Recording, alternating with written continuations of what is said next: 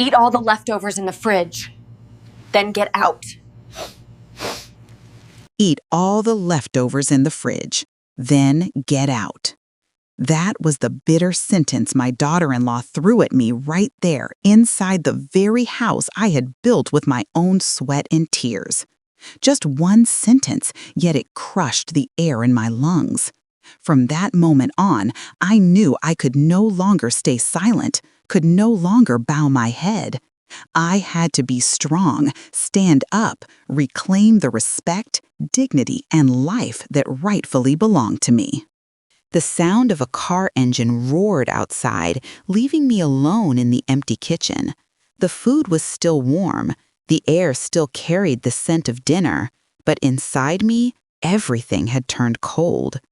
I looked at the slightly open fridge door, at the containers of leftovers stacked on top of each other like the forgotten pieces of my life. Do you want to know how I, a mother, a woman, everyone thought was fragile, managed to take everything back from that ungrateful daughter-in-law? If you're still listening, leave a like and subscribe for more stories, each one a piece of my heart.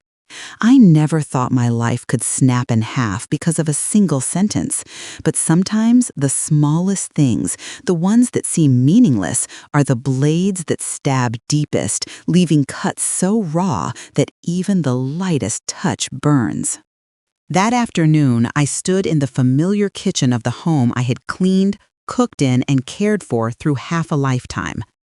The last light of the day fell across the worn white tiles, stretching into long gold streaks on the floor. I carried a tray of roasted chicken to the table, the rising steam blending with the soft, warm scent that filled the room, though I felt strangely hollow inside. Marcus wasn't home yet. I glanced at the clock, then at the pot of soup still simmering, telling myself my son was simply busy.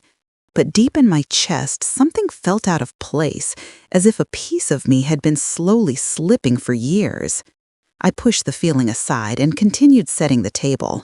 Each plate I placed made a small clinking sound against the wood, like the quiet sigh of my own heart. The door opened. I turned, startled. Vanessa walked in her heels, striking the floor sharply, the cold sound bouncing off the walls. She didn't look at me, nor at the hot meal waiting on the table. Her eyes were glued to her phone, fingers moving fast as if no one had spent hours preparing dinner. I forced a small smile, trying to keep my voice gentle. "I made your favorite chicken. You're just in time." Vanessa didn't answer. Not a nod, not even a glance. She walked straight to the fridge and yanked the door open like she owned the place, as if I had never been the woman who ran this home for decades. The white fridge light washed over her sharp expression, freezing the air in the room. And then she spoke. "Eat all the leftovers in the fridge, then get out." Just that. One sentence, short, sharp, cold as winter wind cutting straight through skin. I froze. My whole body stiffened as if the breath had been ripped out of me. My heart clenched hard enough that I had to grip the edge of the table to keep from collapsing. Her voice wasn't loud, but in my ears it echoed like metal scraping against metal. Cruel, ruthless, stripped of the slightest respect. I looked at Vanessa, her eyes still glued to her phone, utterly indifferent to my face turning pale. Her posture screamed exactly what she thought of me, an old woman, useless, unnecessary, fit only to deal with leftovers and disappear from her sight. The room around me seemed to sink. The smell of roasted chicken turned thick in my throat, impossible to swallow. The carefully prepared table instantly felt like a monument to loneliness. A hot tear burned behind my eyes, but I swallowed it back, fighting to keep the last shred of dignity I had. I could not cry, not in front of someone who saw me as nothing more than a servant. Vanessa slammed the fridge door shut and walked past me without a glance.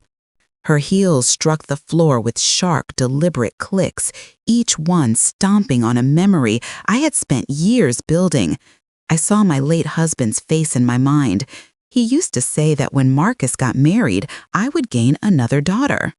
But this moment felt like I was being shoved out of my own life. I realized then that some pieces of happiness were simply never meant for me, no matter how much love and care I had given.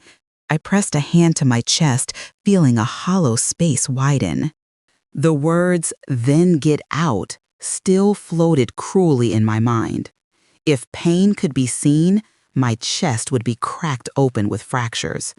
I knew the moment her words hit the air that the bridge connecting me to this house had shattered. From that second on, everything inside me began to shift. No more fragile hopes that she might one day treat me kindly. No more exhausting efforts to please everyone. Only a harsh truth standing naked before me. I was no longer part of this place. And my heart, though aching to the point of suffocation, understood it was time to face that truth. After Vanessa threw those cruel words at me and walked out of the kitchen, I remained standing at the dining table like a lifeless shadow. Every sound in the house slowly faded, leaving only the steady ticking of the wall clock, counting each heavy beat inside my chest. The warmth in the room drifted away, the same way the last bit of heat lifted from the pot of soup I had just placed down. I sat without feeling the chair beneath me. A part of me seemed to dissolve as soon as I heard her say, "Eat all the leftovers in the fridge, then get out." The sentence pressed down on me, weighing on every thought, every muscle. I looked at the dishes I had spent the entire afternoon preparing. The roasted chicken Marcus had loved since he was a child, still carrying a faint warmth. The table was full, neat, arranged, with the kind of care meant for a family dinner. But today, everything felt meaningless, like I had prepared a feast for a row of empty chairs. I brushed my fingertips along the edge of a warm plate, feeling the coldness seep deeper into my chest. I tried to push away the ache and stood to clean up. The sharp sound of dishes clinking echoed in the quiet kitchen, each note landing like a strike against my heart. Slowly, I opened the fridge and placed each container of food inside. The cold white light illuminated my face and exposed the truth I had avoided, the endless stack of leftovers from previous nights. They were not just food, they were the parts of my life that had been forgotten, pushed aside, tucked away without a voice. My reflection in the glossy fridge door startled me. I looked unfamiliar, as though the woman staring back wasn't me anymore. I wiped a smear of condensation with the back of my hand and whispered to myself, "When did I start living like this?" The question tightened my throat because deep down, I already knew the answer. Upstairs, I heard Vanessa's laughter mingling with the tapping of her heels. Marcus's voice drifted down, too faint and distant, as if I no longer existed in his world. I tried to listen, but each word made the pain sharper. From a life where I once felt I belonged, I now couldn't find a trace of myself. I walked back to the table and stared at the empty chair across from mine. Marcus used to sit in that very seat as a little boy, leaning forward with bright eyes asking silly questions while I spoon-fed him. This kitchen used to be filled with cookie scents, giggles, and small joys. But time had stripped all of that away, leaving behind nothing but silence. I rested my palm on the tabletop, feeling its coldness seep through. Memories of my late husband flickered in my mind.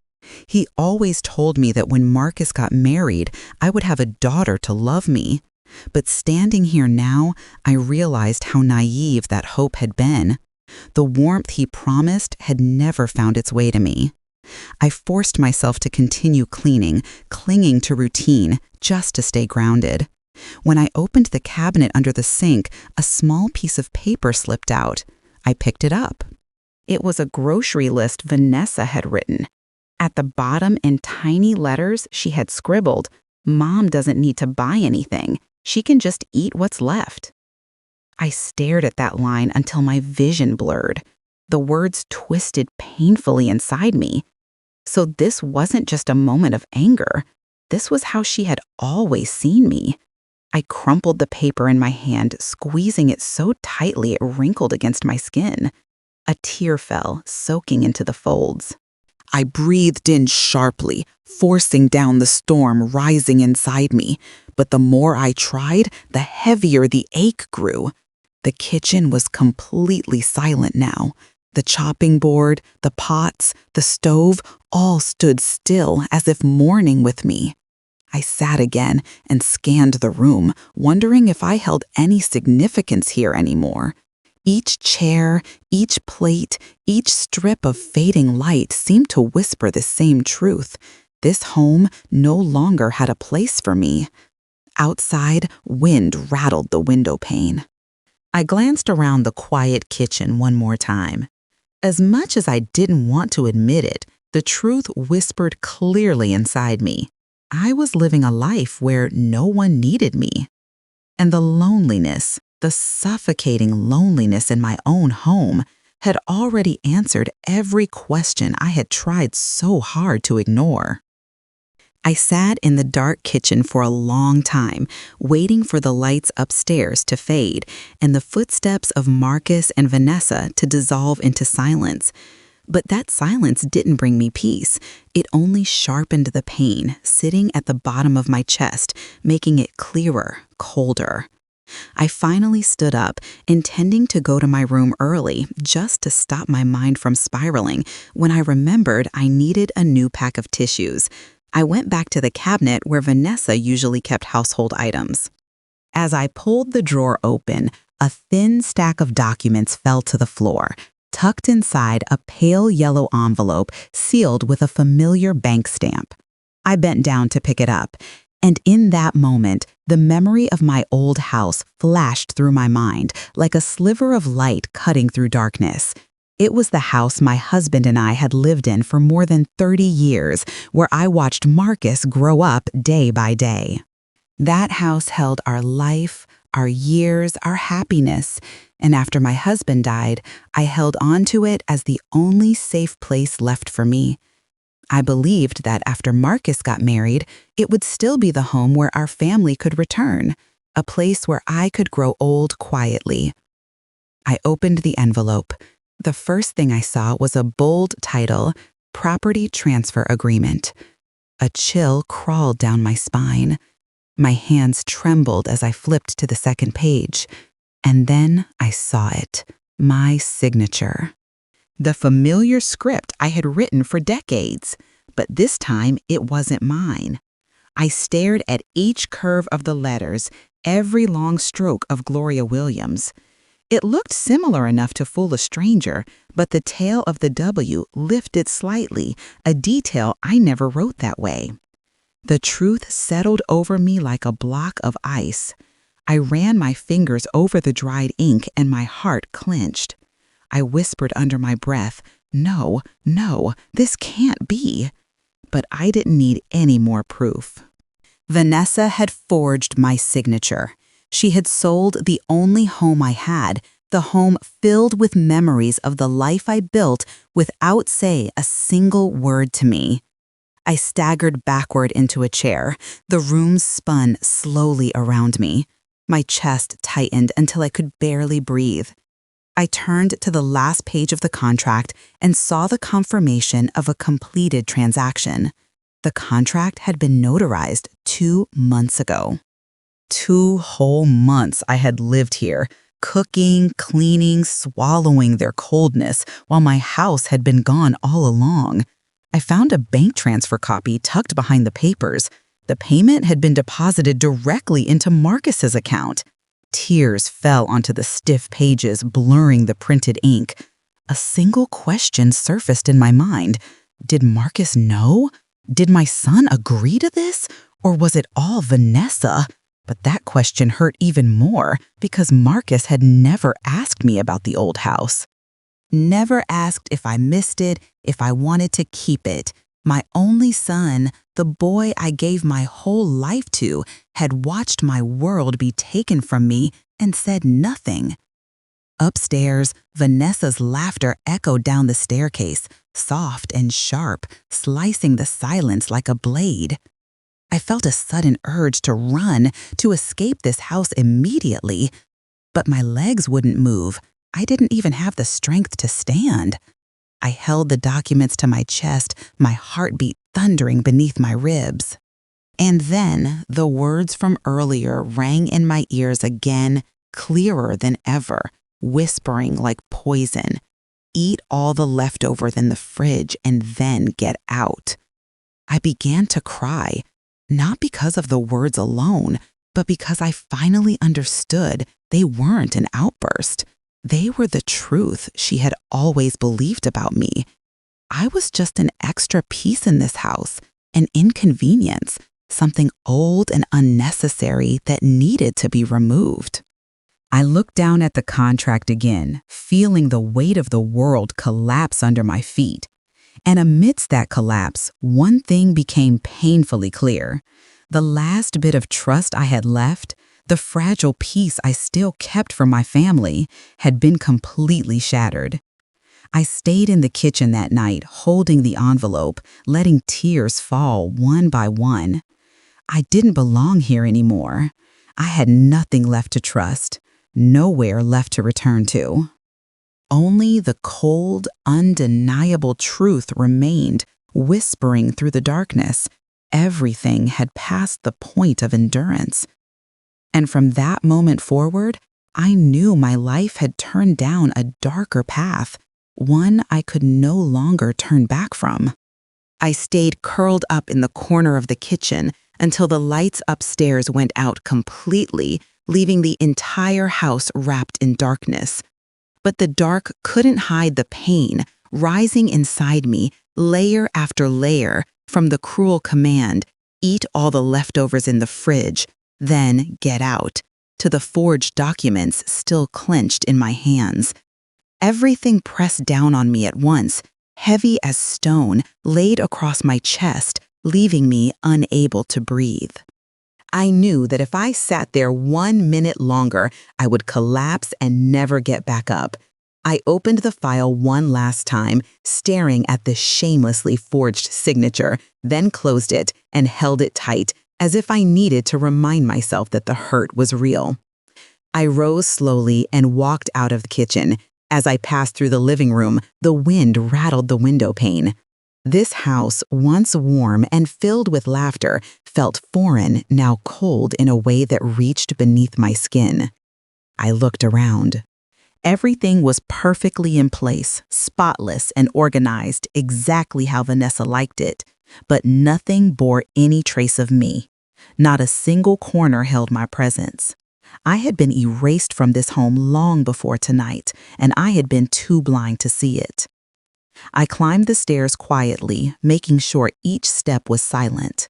When I reached Marcus's door, I paused. Light flickered faintly under the crack. I heard Marcus's voice, low and tired, then Vanessa's sharp reply.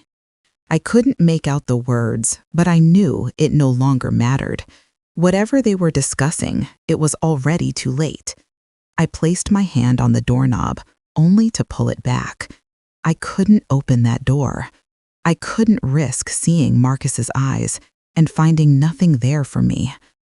I went to my room. The soft lamp cast a warm glow over the old belongings I had brought from my previous home. I opened the closet and took out a small fabric bag, folding my clothes with slow, shaky hands. When I reached the dark wool scarf my husband once gave me, I lifted it to my face and took a deep breath, hoping to find a lingering bit of warmth from the past. But all it did was burn my eyes with memories I wasn't ready to face. I knew I couldn't say goodbye. I couldn't wake Marcus. I couldn't explain. If I stayed, if I spoke, I would only end up swallowing more pain, more humiliation, more erasure. Staying would mean letting myself shrink further into nothingness. I opened a drawer, pulled out a blank sheet of paper, and picked up a pen. My hand trembled as I wrote the words that felt like they were tearing out pieces of my heart. I don't want to disturb your life anymore. Don't worry. I'll eat all the leftovers, then I'll go. As long as everyone is happy. I stared at the word happy. It hurt too much. I crossed it out and rewrote the note. I'm leaving. Simple. Short. Enough to say everything I couldn't voice aloud. I placed the letter on the bedside table, then looked around the room one last time. Every item seemed to ask why I had allowed things to go this far. But deep down, I knew the answer. I had tried. I had tried so hard to be gentle, to fit in, to keep the peace, to preserve whatever family I thought I still had. But I couldn't keep destroying myself just to stay. When I stepped out of the room, thunder rumbled outside. The wind shook the windows. I gripped the railing, looking down into the darkness at the bottom of the stairs. My heart pounded, not out of fear, but because I knew I was about to step into a new part of my life. I opened the front door. A rush of cold wind swept in, whipping my hair across my face. Rain poured hard, hitting the steps in heavy drops. I stepped outside, letting the icy rain slap against my skin, each drop waking me from the numbness. I didn't know where I would go. I didn't know what the future looked like, but one thing was clear, more clear than anything had been in years. I had to leave this place. If I stayed, I would slowly die inside the loneliness they had built around me. I wrapped the scarf around my neck, tightened my grip on the bag, and walked straight into the night. I didn't look back. I didn't hesitate. There was nothing left here to hold me. And so, in the middle of the storm, I left the house that once held my entire life. And in that exact moment, I stepped onto a path I never expected, a path that would change everything. The rain grew heavier with each passing minute, slapping against my face until my skin stung from the cold. The streets were nearly empty, lit only by the dim yellow glow of street lamps reflecting off the soaked pavement. I pulled my wool scarf tighter around my neck, gripping my bag with trembling hands as I walked. Each step felt like dragging a wound that refused to stop bleeding. I didn't know where I was going. I only knew I could never return to that house again. The rain quickly seeped through my clothes, chilling my body to the bone. My feet ached with every step I took through puddles, but I kept walking. I couldn't stop. If I stopped, I would have to face everything that had just broken me. If I stopped, I would have to admit that I was truly painfully alone. I passed down the street where I used to walk with Marcus when he was still small. Back then, he would hold my hand tightly, running under the trees, laughing each time a raindrop landed on his face. I tried to force the memory away, but it surged back, sharp and merciless, squeezing my chest until it hurt. A gust of wind rattled a parked car nearby. Suddenly, a loud noise echoed behind me. I turned just in time to see the blinding headlights of a truck barreling toward me. I stepped back on instinct, but my legs were weak, shaking beneath me. For a moment, I felt certain I was about to fall. The truck screeched as the driver slammed the brakes, tires scraping violently against the wet asphalt. I shut my eyes, terrified. When I opened them again, the truck had stopped only a few steps away. Its door swung open, spilling light across my soaked face. A man's voice called out, deep and urgent, "Ma'am, are you okay?" I stood frozen in place, unable to speak. Rainwater trickled down my arms and dripped from my fingertips. The man jumped down from the truck. He was dark-skinned, sturdy, wearing a heavy jacket and a soaked cap. As he approached, I could see worry etched clearly in his eyes. I instinctively stepped back. He raised his hands slightly, his voice softening. "I'm not trying to scare you, but in this rain, standing in the middle of the road like this is dangerous." I forced a breath into my lungs and croaked, I'm fine, but my body betrayed me. I staggered and nearly collapsed, and he caught me before I hit the ground. You're burning up, he said, supporting my arm. You can't walk like this. Come on, get in the truck. I'll take you somewhere safe. I wanted to refuse, but my legs felt hollow, my breaths coming in ragged gasps. I looked into his eyes. There was something in them I hadn't seen in a long time: warmth, sincerity, concern. Things I no longer found in the people who should have cared for me most. He continued gently, My name is Elijah. I work at the church nearby. You're safe with me, I promise. The word church stung something deep inside me. It had been years since I'd stepped into a place of light, of hope. My life had been nothing but coldness, arguments, and distance for so long that I'd forgotten strangers could sometimes offer the kindness family refused to give. Elijah opened the truck door and extended his hand. I stared at it for a moment. It was big, steady, warm, and patiently waiting for me to take it. Finally, I stepped forward. When the door shut behind me, the sound of the rain became distant. I sank into the seat exhausted. Elijah buckled my seatbelt, then started the engine. He glanced at me, his voice almost a whisper, as if afraid his words might hurt me. You're not alone. Not tonight. The simplicity of it, the honesty in his tone pierced straight through me. The truck rolled forward, leaving the cold, empty road behind. Through the foggy window, I looked back one last time. The street that led to the house I used to call home was swallowed by darkness. And I knew with absolute clarity that the moment Elijah appeared was the moment my fate shifted. A stranger in the rain had pulled me back from the edge of a void I hadn't realized I was falling into. Somewhere deep inside me, a faint spark flickered to life. A spark I never expected would lead me into an entirely different life. Elijah drove through the thick, gray rain, the wipers scraping back and forth across the windshield in a steady rhythm that matched the faint, fragile beat of my heart. The wind howled against the sides of the truck, making it tremble slightly, yet inside the cabin there was a strange warmth.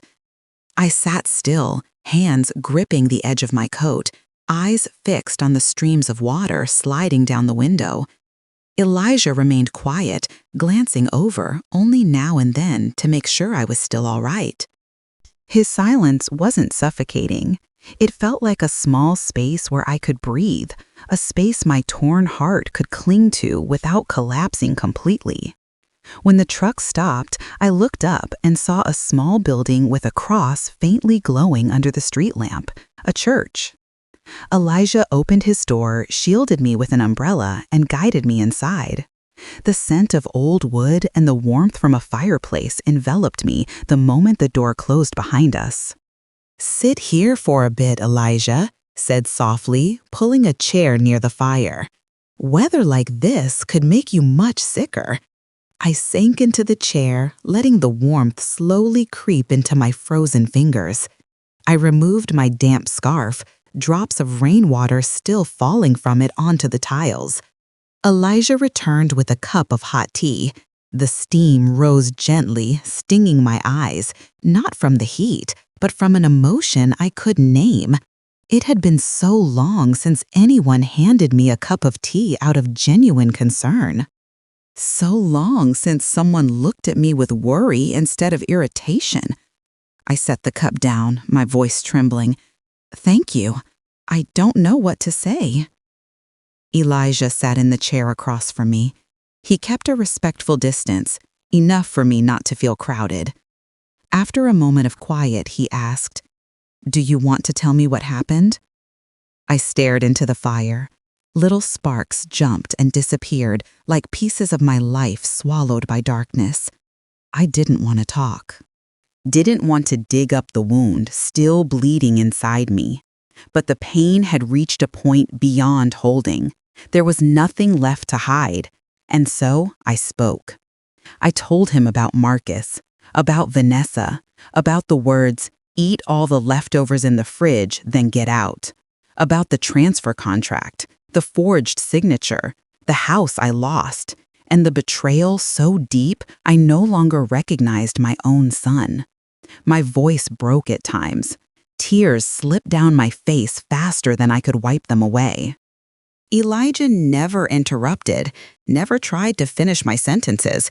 He simply listened, truly listened, with patience and a quiet understanding that felt almost unfamiliar. By the time I finished, my throat was raw and my heart felt as if it had just crawled through a storm. Elijah remained silent for a while. Then he spoke slowly, each word grounded in something real, something hurtful that he clearly knew firsthand. "I understand how you feel, more than you think." I looked up, startled. Elijah lowered his gaze to his hands before continuing. "My son, he threw me out of his house too, told me I was getting in the way of his life." I stopped breathing. Elijah let out a small, sad smile. "I thought I had lost everything. But you know something?" His eyes drifted to the wooden cross hanging on the wall, flickering softly in the firelight. "Sometimes God lets our hearts break so that the light can come in." The words hit me hard. Not because they were poetic, but because I felt the truth in them. Elijah had lived those words. He had been broken, abandoned, and yet he had learned to stand again. He looked straight at me, his voice low. "You're not an extra piece. You're just in the wrong place, with the wrong people." My body trembled. Those words pierced through wounds that hadn't even begun to heal. But instead of hurting more, they peeled back a weight I didn't realize I'd been carrying. "You're not alone," Elijah added. "Not tonight. And you don't have to be alone in the days to come either." I met his gaze, and in his eyes I saw a kind of light I believed I'd lost forever. It wasn't bright or dazzling. It was small, warm, like the flame of a candle in a dark room. I wiped my tears and let out a shaky breath. For the first time in months, maybe years, I felt a sliver of peace, a sliver of hope. I didn't know what my life would become after this night. But in the quiet warmth of that small church with a stranger who understood my pain better than anyone else ever had, it felt as though I had stepped through a door I'd been trapped behind for far too long. And in that moment, I finally understood something simple and profound. Even in the deepest cracks of a broken heart, light can still find a way through. The first morning I woke up in the church, it took me a few seconds to remember where I was. Sunlight filtered through the stained glass windows, scattering purple, blue, and red patches across the floor. The sight felt both unfamiliar and gentle, as if I had stepped into a world untouched by the nightmare of the past few days. I sat up on the small bed Elijah had prepared for me, the thin blanket carrying the scent of old wood and a trace of calming essential oil. I left the room and walked into the main hall. Elijah was sitting at the long wooden table, reading a newspaper with a steaming cup of coffee beside him. He looked up and smiled a warm smile that made me feel strangely small, like a child who had finally been noticed after being invisible for so long. "Good morning, Gloria. Did you sleep well?" I nodded. "Better than I have in a long time." "That's good. The weather's beautiful today. If you'd like, I can take you somewhere. I think you might enjoy it."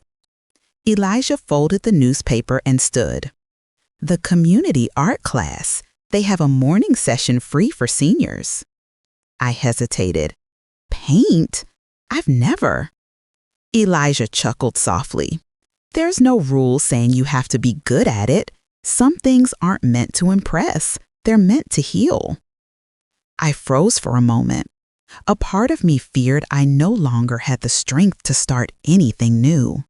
But another part, one that had begun to stir since the night before, whispered that I should try. I had already lost everything. What else was there left to lose? We arrived at the Arts Center around noon. It was an old building with walls covered in vibrant murals. As I stepped inside, I felt as if I had crossed into another world. There were no arguments here, no cold stares, no words sharp enough to slice open old wounds. Only soft laughter, the sound of brushes against paper, and people trying to rediscover fragments of themselves. Miss Reed, a silver-haired woman with round glasses, greeted me. "Hello there. New today? I'm Reed." I shyly nodded. Elijah leaned toward me and whispered, "Give it a try. You won't regret it." Miss Reed led me to a small table by the window and placed watercolor paints and a blank sheet of paper in front of me. "Don't overthink it," she said. "Paint the first thing that comes to mind." I stared at the blank page. It intimidated me. I was afraid to face what might surface, afraid to see myself in it.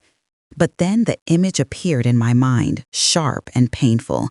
The refrigerator door cracked open, the stacked containers of leftovers, the symbol of the life I had been pushed into, a life where my worth was measured in scraps. I picked up the brush. My hand trembled, but I pressed the first stroke onto the page. I painted a refrigerator, the white glow spilling from inside, spreading into the shadows around it.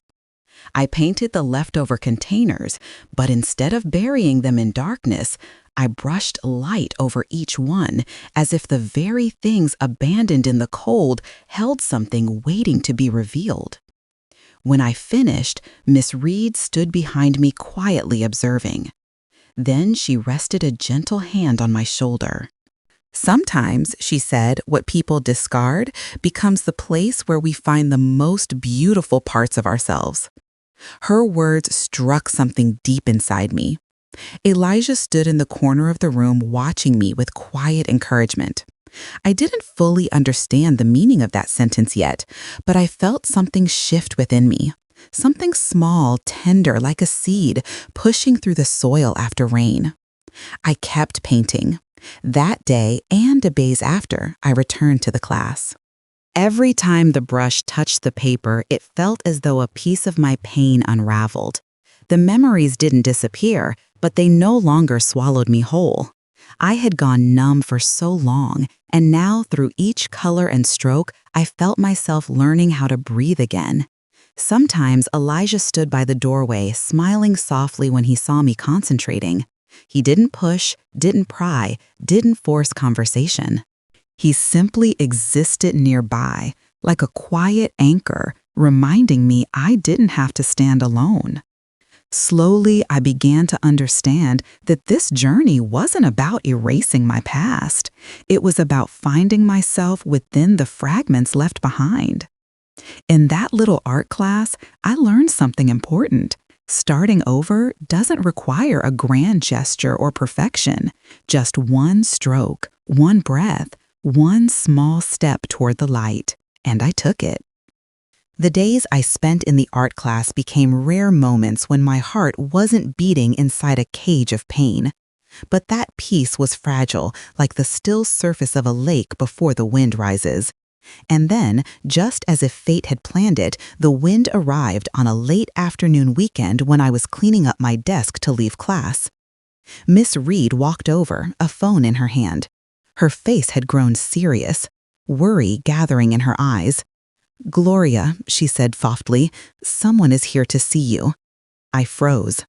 Who could possibly find me here? I hadn't told anyone where I was besides Elijah and Miss Reed.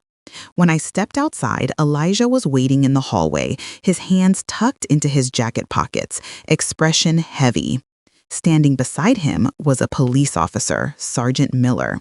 His uniform was damp from the rain, and his shoes were smeared with dirt. Just by his posture and the stern intensity in his gaze, I knew something serious had happened. "Mrs. Gloria Williams?" Sergeant Miller asked. I nodded, my heart tightening as if a fist had clenched around it. "We received a report about a forged signature connected to a real estate transaction," he said, voice crisp and cold. "The transfer contract for your old house." My entire body chilled. I felt Elijah step closer, ready to catch me if I stumbled. Who filed the report?" I asked, voice hoarse. "No one in your family," Miller replied, "but during an internal audit, the bank detected inconsistencies in the signature. They requested we reopen the investigation." I stood completely still. In my mind, I saw Vanessa bent over the refrigerator, her voice sharp as a blade. "Eat all the leftovers in the fridge, then get out." So the truth couldn't stay buried as long as she believed. "Elijah was the one who contacted us," Sergeant Miller continued. "He said you were in danger and not safe at home." I turned to Elijah. He gave a small nod, firm, unapologetic. "I had to," he said. "You shouldn't have to face this alone." I didn't know what to say. Part of me felt crushed under the weight of everything, yet another part felt a strange lightness because someone finally was standing on my side. Sergeant Miller opened his bag and took out a folder. "You can look over the copy of the contract we received. We also obtained samples of your signature from your bank records. The differences are significant." I took the papers, my hands trembling uncontrollably. The more I looked at the signature on the contract, the clearer the deceit became, and the cruelty. Miller continued, "Would you like to file a formal complaint against those involved?" Such a simple question. But standing in that hallway with dim light streaming through the windows, I felt ripped in two. That was my son, Marcus, the little boy who used to run through puddles holding my hand, laughing. Even if he had abandoned me, even if he remained silent, I still couldn't cut the bond between a mother and her child so easily. I closed my eyes. Hot tears rose and spilled without restraint. Elijah placed a hand on my shoulder, gentle but steady. "Gloria," he said quietly, "sometimes silence only helps wrong become stronger." His words pierced the deepest part of me. I opened my eyes and looked at him. In his gaze, I saw trust, kindness, and something else, a belief that I deserved to be protected. I turned back to Sergeant Miller. I need time to think." He nodded. "That's your right. But understand this. If you don't file a report, they will continue to dismiss you, and next time it may be even worse." I swallowed the tight knot in my throat. "I understand."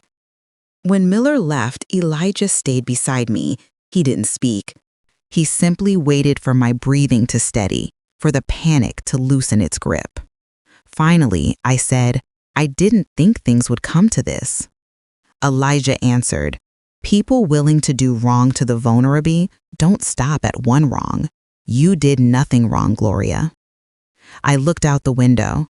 The afternoon sky had darkened into a deep shade of blue, heavy clouds drifting quickly, as if carrying away all the tears I had shed for the life behind me. For the first time, I realized I was no longer running. The truth had come to find me, and now I had to face it. Though painful, though frightening, though my heart was torn between being a mother and being someone who had been deeply wounded, I knew I stood at a turning point from which I couldn't return. I took a deep breath, my hand tightening at my side. Maybe it was time to do something I had never dared to do all those years. Stand up and protect myself. That night, I sat alone in the small room behind the church, the forged documents lying in front of me like a dark shadow ready to swallow me whole. I knew sooner or later I would have to face Marcus. The thought alone made my chest tighten. Even though Elijah and Sergeant Miller had said everything I needed to hear, even though I knew I had to be strong, motherhood was never a matter of simple right or wrong. It was pain that stretched from the heart to the bones, the agony of wanting to be respected while not wanting to hurt the very child you brought into this world. I couldn't sleep. Every time I closed my eyes, I saw myself reaching for Marcus's door that night, only to pull my hand back in fear. That fear still lived inside me untouched. But now something else was rising, the truth. And the truth, no matter how painful, was stronger than silence. The next morning, sunlight filtered through the stained glass windows of the church. That gentle light told me I could no longer hide. Elijah brought me a cup of hot coffee and asked softly, "Are you ready?" I didn't lie. I don't know, but I have to go. Elijah nodded as though he understood that sometimes "I don't know" was the bravest answer. He offered to come with me, but I shook my head. This is something I have to do alone. On the way back to my old house, my legs trembled slightly. I didn't know what waited behind that door. Anger, indifference, or words even worse than "eat all the leftovers in the fridge, then get out." I stood in front of the house for a moment, breathing deeply. When I finally pressed the doorbell, my heart thudded so hard it felt as if it might burst. The door opened. It was Marcus. He stared at me for a few seconds, shocked. Then worry washed over his face. "Mom, God, where have you been the past few days? I called you so many times." I said nothing. His eyes flicker as if he was struggling to look directly at the truth he had been avoiding. Vanessa stepped out behind him, arms crossed, annoyance sharp on her face. "Why are you back?" Her tone was hard, her irritation unmistakable. Marcus stiffened as though he hadn't expected his wife to speak like that in front of me. I looked at Vanessa, and for the first time in years, I didn't lower my head. I spoke slowly, clearly. I didn't come back to stay. I came back to ask something. I took the copy of the contract from my bag. The moment the paper appeared, both Marcus and Vanessa went pale. Marcus took a step back. Where did you get that?" "From the bank," I said. "They found out my signature was forged. Now they're demanding an investigation." Vanessa snapped her eyes toward Marcus as if silently blaming him for letting things slip. Marcus stared at the paper, then at me, his face draining of color. "Mom, I thought you signed it. Vanessa told me you agreed. She said you wanted to move in with us so you didn't need the old house anymore." It felt like someone had punched the breath out of me. I turned to Vanessa and asked, "You told my son that?" Vanessa bit her lip. Her eyes flickered with calculation, but she still tried to remain composed. I was only doing what's best for this family. That old house was a waste of tax money, and you didn't need it anymore. It would have been sold eventually. I just sped up the process." My hands clenched so tightly my knuckles turned white. That house is mine, my memories, my life. You have no right to make decisions for me. Marcus's voice trembled. "Vanessa, did you really?" Vanessa looked away, offering no denial. A cold wave washed over my chest. I had feared Marcus was part of the scheme, but when I saw the genuine confusion in his eyes, I understood he had been manipulated. But that didn't erase the pain he had allowed. Marcus's eyes reddened. "Mom, I'm sorry. I didn't know. I thought you agreed. I thought you were fine." I answered softly, voice heavy. "You never asked me." "Just one question, Marcus. Only one." He dropped his head, shoulders trembling. Vanessa snapped, irritation dripping from her voice. "Fine, the truth is out. What do you want now? You gonna sue us? Do you even dare?" I looked at her without flinching. "I haven't decided, but I won't be silent anymore." Marcus's breath grew uneven. "Mom, please don't take this too far." I looked at my son for a long time. Then I said something I never imagined I could ever say. "Marcus, I love you. But I won't let anyone destroy my life again, not even you." The air between us thickened as if the whole house had stopped breathing. I turned and walked away without looking back. When the door shut behind me, I felt something enormous end. And something else, something new, something deep begin to grow inside me. For the first time in years, I walked without the weight of the past binding me. For the first time, I walked like a woman reclaiming herself. I left the old house without looking back, letting the evening wind dry the tears still clinging to my face. Each step felt like a thread being pulled loose, threads that had tied me down for far too long. It wasn't that I no longer loved Marcus or that I wanted to sever our bond, but I knew deep in my heart that a door had closed, and behind it, I left everything that suffocated me. Elijah waited beneath the arching branches near the gate, his broad shoulders blocking the cold wind. He looked at me without a single question, just that steady gaze. That gaze made me feel seen, truly seen, not as an old mother in the way, not as someone discarded, but as a human being fighting to stay standing. "I did it," I whispered, my voice trembling. Elijah nodded, gentle yet firm, as though he had always believed I would. "I'm proud of you, Gloria." When we returned to the church, the sky had turned a deep golden orange. I stood before the large wooden doors and felt a strange lightness. This time, I didn't step inside as someone lost seeking shelter. I stepped in as someone who had chosen a place to belong. In the days that followed, life moved slowly, beautifully. I returned to the art class every morning. People greeted me with warm smiles. Miss Reed handed me a new set of paints and said, "You've survived the worst. Now comes the best part." In the afternoons, I helped around the church preparing meals for the homeless, folding donated clothes. The gentle rhythm of the work quieted my mind. One day, I noticed green paint still clinging to my hands and the apron tied around my waist. It had been so long since I felt both busy and peaceful. Elijah remained nearby, never intruding, always present enough to let me know I wasn't alone. One afternoon, as I swept the churchyard, he walked over with a cup of hot chocolate.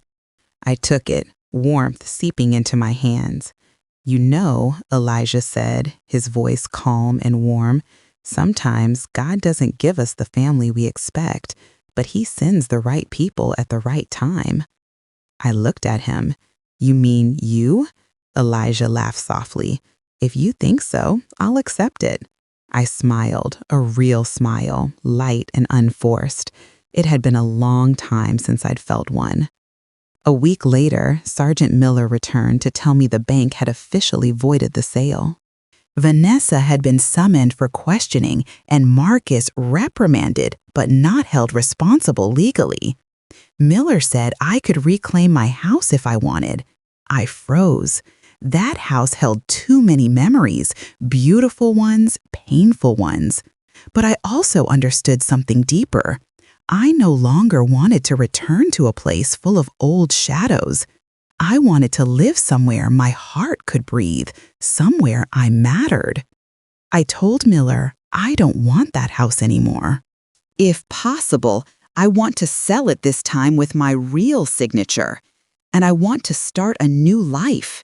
He nodded, respecting my decision. That evening, I sat before the fireplace, watching the flames flicker like pieces of my past dissolving. Elijah entered, sat beside me. Neither of us spoke. We didn't need to. In that quiet moment, I realized my life had not ended the day Vanessa told me, "Eat all the leftovers in the fridge, then get out." That sentence was only the last cut, the one that finally severed the chain, tying me to those who no longer saw me as family. I had spent my whole life pleasing everyone else. Now I wanted to live protecting myself. I watched the flames dance and whispered, "I've found a place to begin again. A place without contempt, without deceit, without hurt.